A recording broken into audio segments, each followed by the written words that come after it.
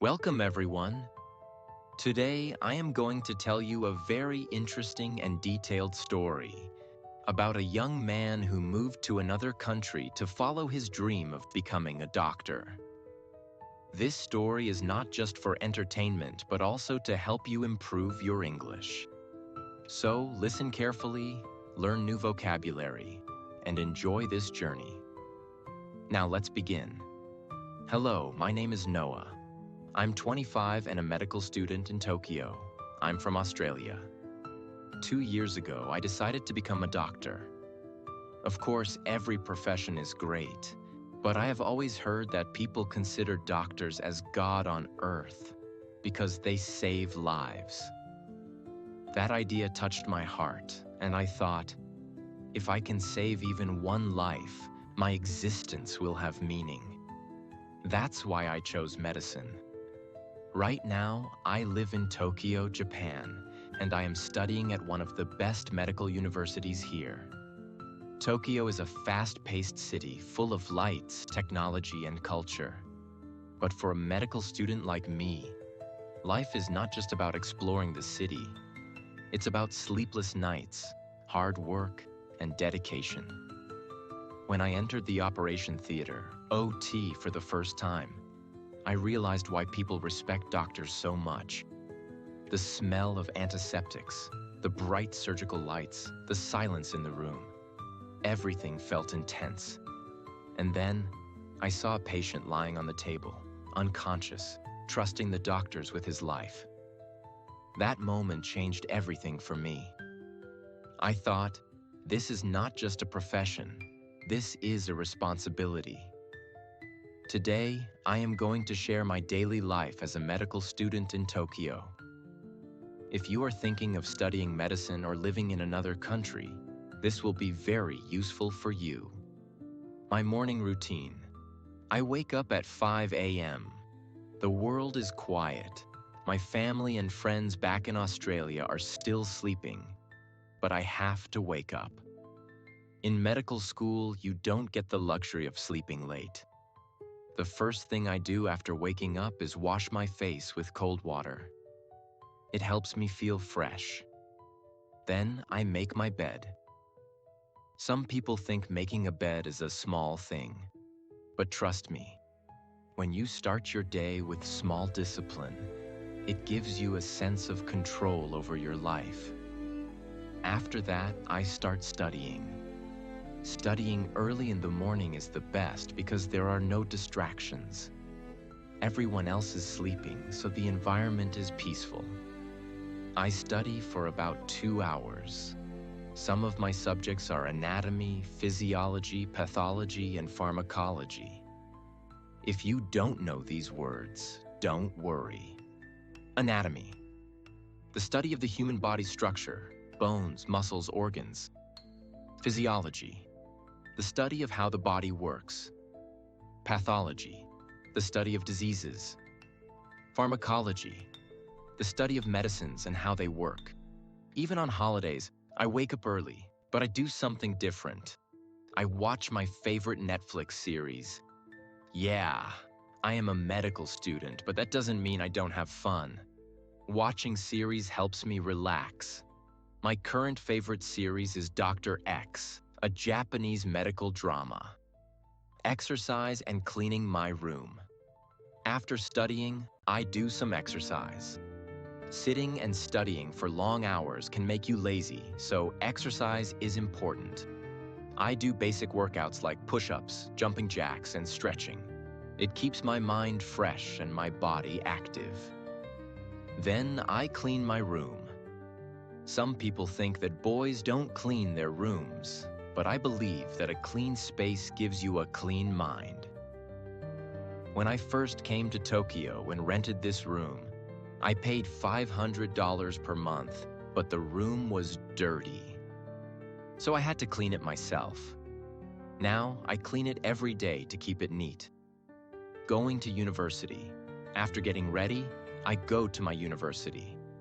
Medical classes are intense. The professors teach us about the human body, diseases, and surgeries. Sometimes, we get to see real cadavers. dead bodies used for medical study. It's a little scary at first, but it's the best way to learn. Our professors always say, a good doctor is not the one who knows everything, but the one who never stops learning. After a long day at university, I feel exhausted, very tired, and starving, very hungry. Back in my hometown, I never had to worry about food. Whenever I was hungry, I would just shout, "Mom, what's for lunch?" And within minutes, a delicious homemade meal would be in front of me. But here, no mom, no home-cooked food, just me, my empty fridge, and my cooking struggles. Sometimes I look at my phone and think, should I just call my mom and ask how to make food on my own? But then I remember, I'm supposed to be an independent adult now. If you're still living with your family, trust me, enjoy it. You may not realize it now, but it's a blessing. No one will love you like your family does. They take care of you without expecting anything in return. But when you live alone, you understand the real value of home. Almost every evening, I FaceTime my family. My mom always asks, "Are you eating well?" And I lie. Yes, of course. But the truth? Some days I eat just instant noodles and boiled eggs because I don't have the energy to cook. My younger sister, who is still in school, always says, "Brother, you were so excited to go abroad, but now you miss home." And I laugh. Yes. When I was in Australia, I always dreamed about going to another country. But now I dream about going back home. That's life. When you have something, you don't value it. But when it's gone, you realize how important it was. Dinner at a small Japanese restaurant. Since I was too tired to cook, I decided to eat outside. I found a small Japanese restaurant near my university. The moment I entered, the smell of fresh ramen and grilled chicken filled the air. I sat down, looked at the menu, and ordered a big bowl of tonkotsu ramen, a creamy pork-based noodle soup, and some gyoza, Japanese dumplings. As I waited for my food, I noticed a woman sitting alone at the next table. She looked about 30 years old and was writing in a travel journal. Since I was curious, I asked, "Are you a solo traveler?" She smiled. "Yes, I love traveling alone." I was impressed.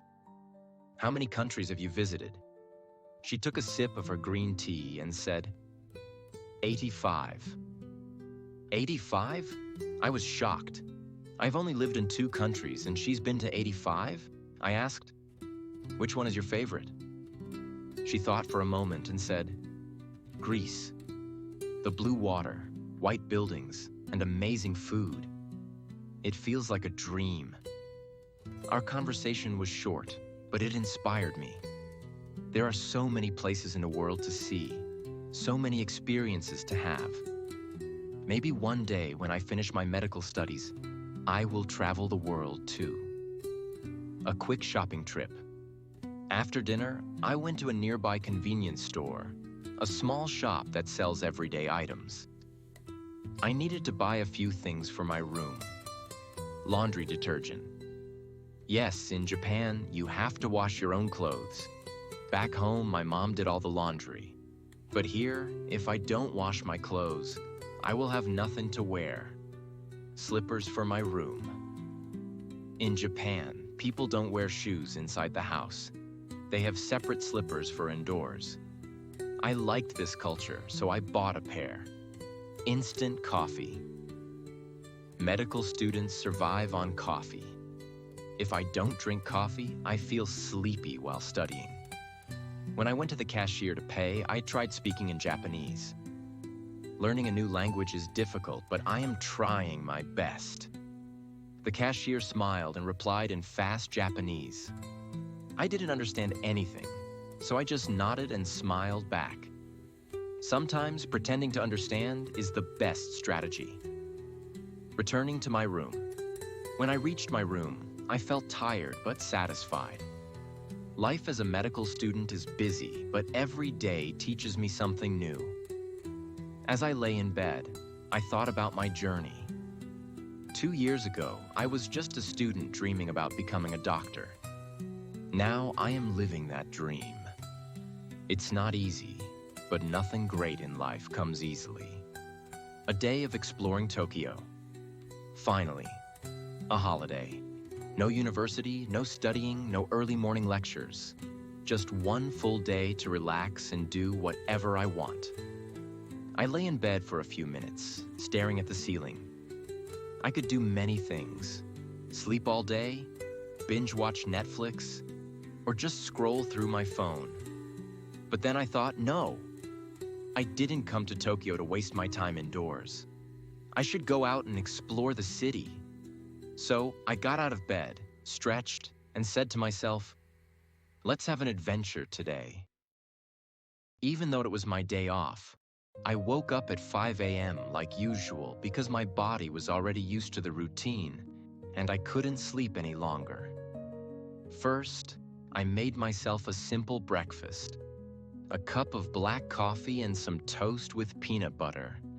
Back in Australia, breakfast meant a delicious meal with pancakes, scrambled eggs, crispy bacon, and a hot cup of coffee. Here, my breakfast is quick and boring. Just a bowl of cereal and some juice. But hey, it gets the job done. As I sat by my small window sipping my coffee, I made a plan. First stop, Shibuya, the busiest crossing in the world. Second stop, Harajuku, the fashion and street food paradise. Third stop, Shinjuku, the heart of Tokyo's nightlife. Sounds exciting, right? I put on my sneakers, grabbed my phone, and stepped out of my room. The adventure had begun. Tokyo is one of the most expensive cities in the world. And trust me, I feel that every single day.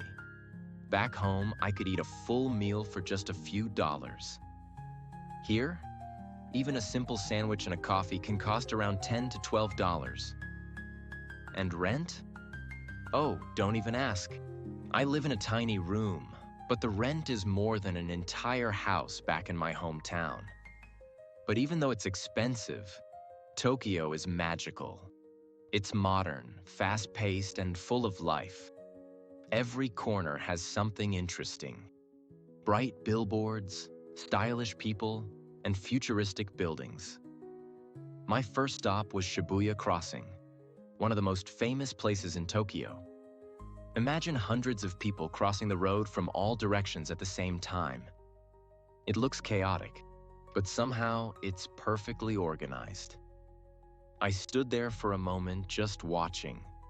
Then, when the pedestrian light turned green, I walked with the crowd, feeling like I was in a movie. The energy was electrifying.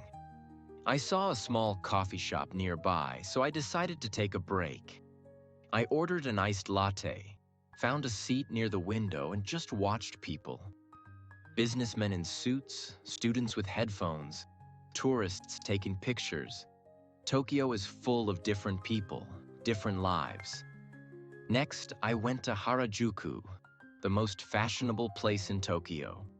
Here, people dress however they want. Some wear traditional kimonos, some dress like anime characters, and some have crazy hairstyles with bright colors. I walked through Takashita Street, which is famous for its street food. The smell of freshly made crepes, bubble tea, and fried snacks filled the air. I decided to try something new, a rainbow cotton candy. It was huge, bigger than my face. As I took a bite, the soft sugar melted in my mouth. Near me, a group of teenage girls were taking pictures of their food. That's one thing about Tokyo. People love taking food photos. After walking for hours, I was hungry. So I stopped at a small sushi bar.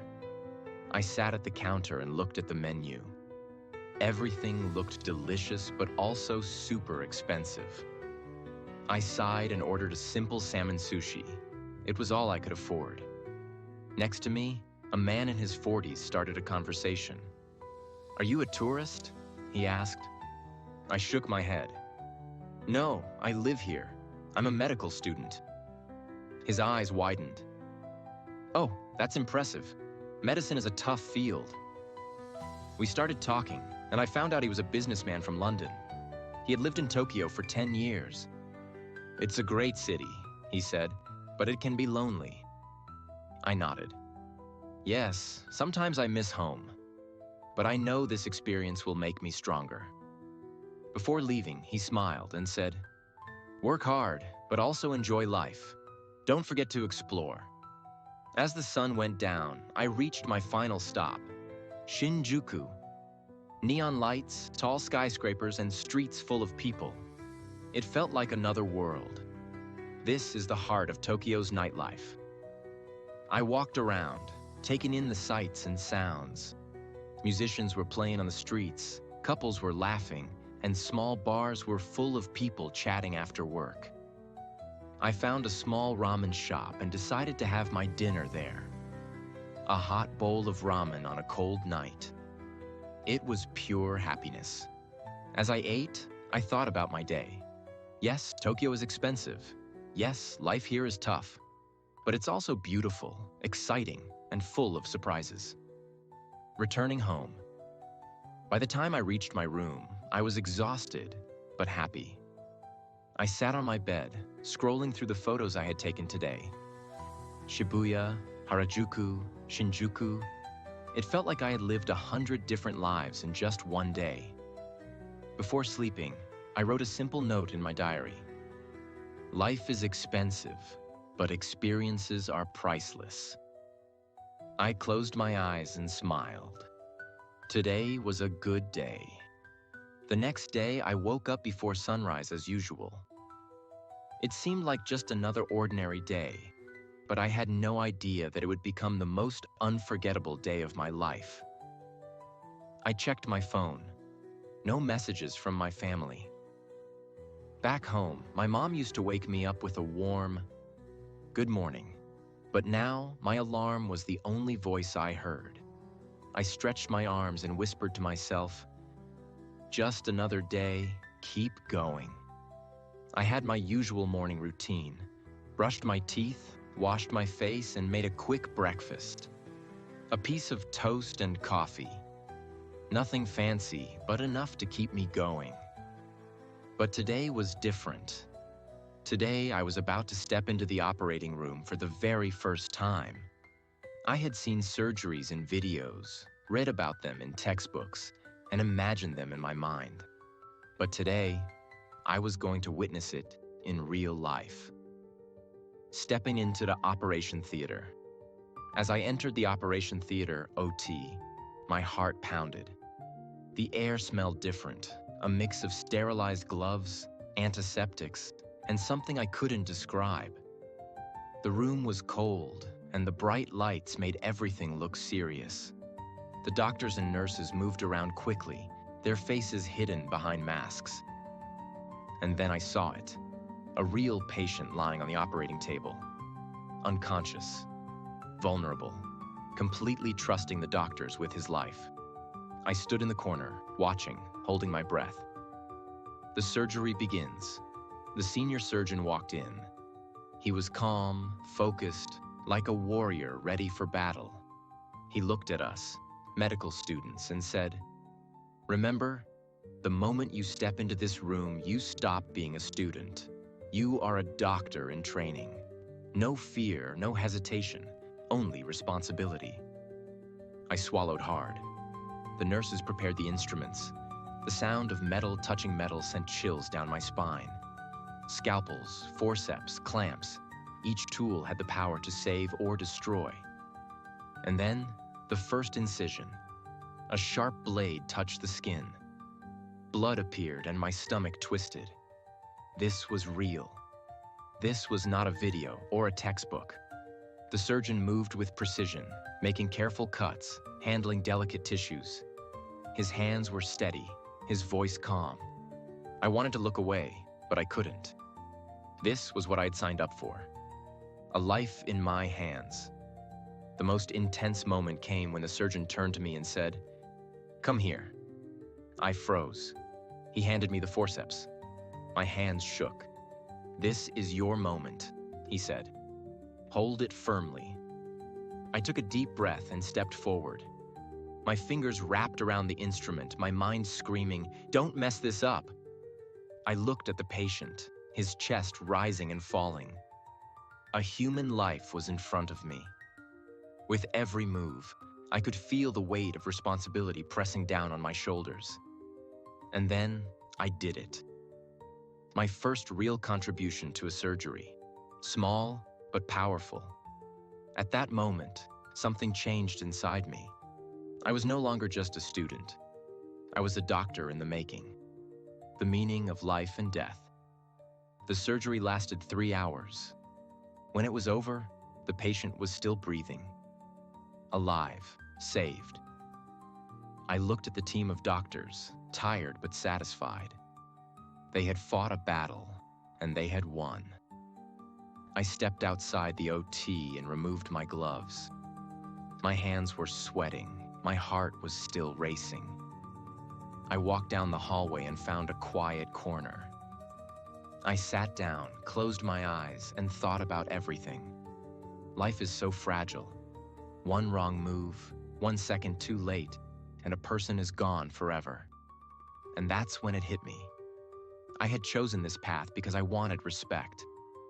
But today, I understood that medicine is not about respect. It's about responsibility. Doctors don't just treat patients.